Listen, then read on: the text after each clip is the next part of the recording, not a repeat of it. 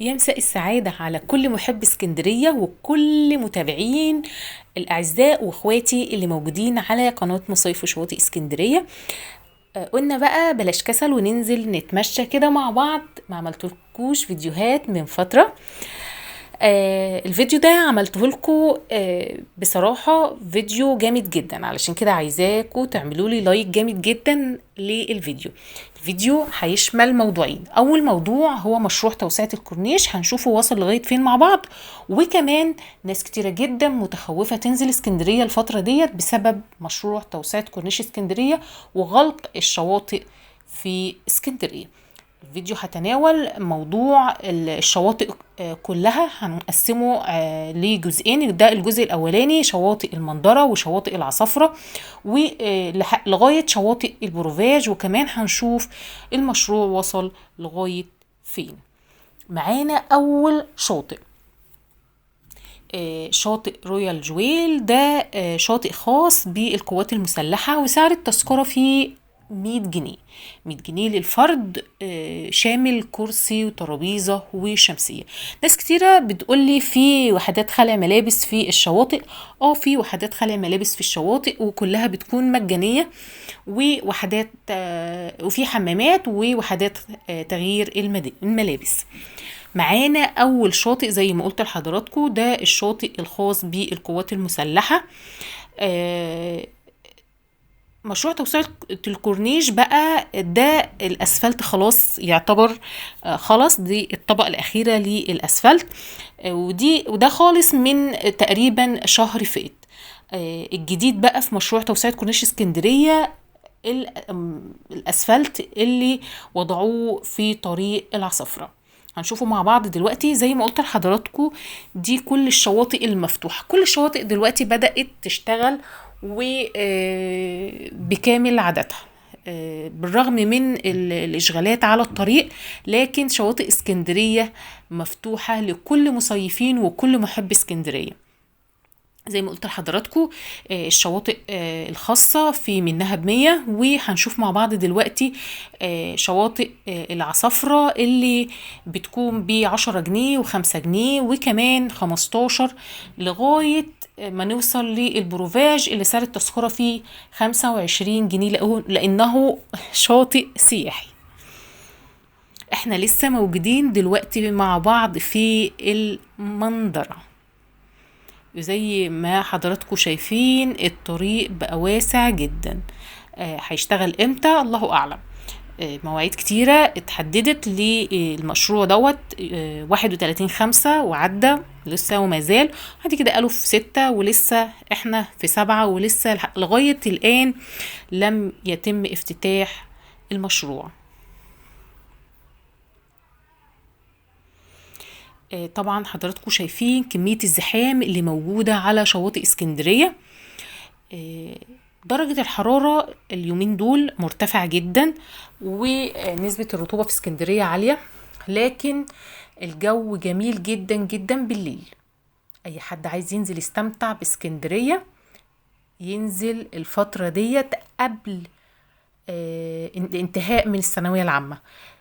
معروف في اسكندرية ابتداء المصيف بعد امتحانات الثانوية العامة مباشرة. بتلاقي اسكندرية غير زحمة جدا جدا جدا. هي دلوقتي برضو زحمة جدا. هنشوف من خلال الفيديو بتاعنا الازدحام، لكن مش زي الاسبوع القادم بإذن الله الزحمة الرهيبة اللي هنشوفها على شواطئ اسكندرية. زي ما قلت لحضراتكم دي كلها شواطئ المندرة. شواطئ المندرة زي ما قلت لحضراتكم في منها الخاص اللي ب100 جنيه، في شواطئ تانية ب10 جنيه وب15 جنيه. طبعا شايفين مع بعض الآلات الضخمة اللي شغلة الطريق أو بتشتغل على طريق توسعة كورنيش اسكندرية. المعدات الثقيلة بحر جميل جدا. تعالوا استمتعوا ببحر اسكندرية.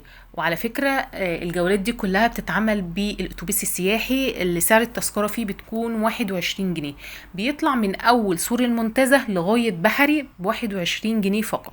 بجد بتستمتعوا جدا جدا برحلة الاتوبيس السياحي ابو دورين. هندخل مع بعض دلوقتي، احنا لسه دلوقتي موجودين في المنظرة. بعد كده بقى هندخل على شواطئ موبيتش، شاطئ برضو خاص بالقوات المسلحة.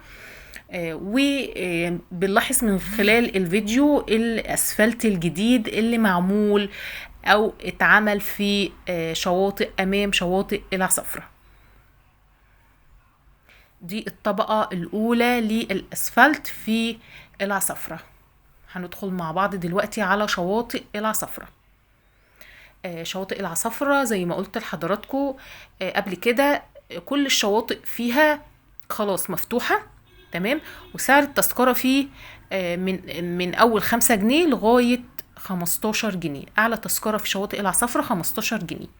دي كلها البوابات الجديدة اللي معمولة للشواطئ. زي ما قلت لحضراتكم طبقة الأسفلت الأولى خلاص ظاهرة قدام حضراتكم أهي في الفيديو.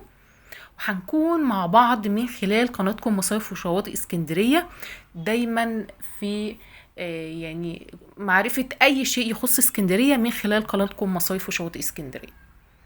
هنخش بقى مع بعض على الزحام كده ونشوف مع بعض شواطئ اسكندرية، ونشوف كمان مشروع توسعة كورنيش اسكندرية.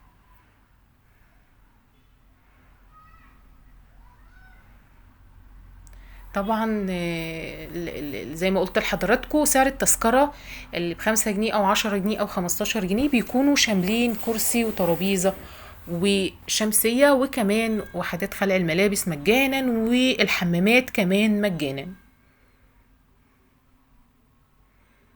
البحر جميل جدا جدا جدا.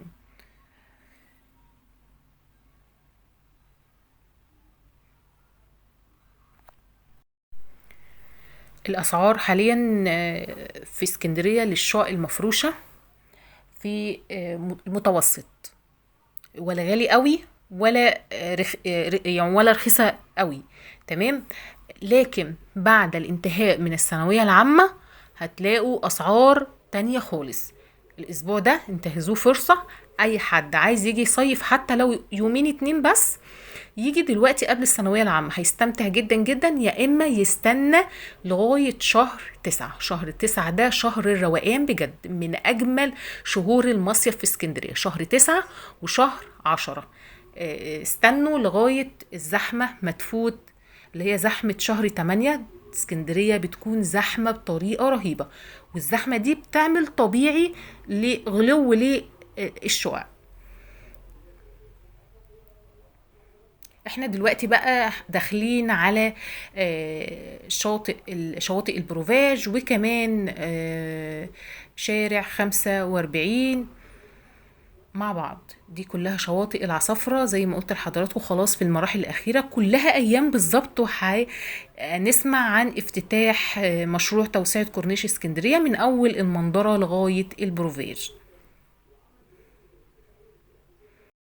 انتظروني بقى الفترة القادمة بإذن الله. هينزل على قناتكم مصيف وشواطئ اسكندرية مع سدرة المنتهى مجموعة شقق جميلة جدا من ملاك الثقة في اسكندرية، ومن المالك مباشرة بالأسعار بالتفاصيل بكل حاجة بكل المستويات. استودعكم في الله.